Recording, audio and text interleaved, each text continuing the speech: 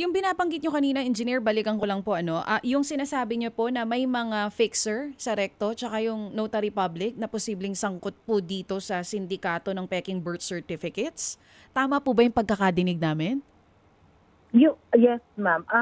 Doon po sa inimbestigahan natin sa Davao at Santa Cruz, Davao, nakita natin na talagang merong involved na individual na nagpa-facilitate ng birth certificate. Tapos yung mga notarial officer din na same po yung person na mga ito. And yung karaniwan din po na ginagamit nga po ito yung hilot sa pag-file ng late registration. So dito naman sa Metro Manila, may mga tinitrace tayo na yun nagpa-facilitate ng fake na birth certificate. Yun nga, isa yan sa Recto Manila.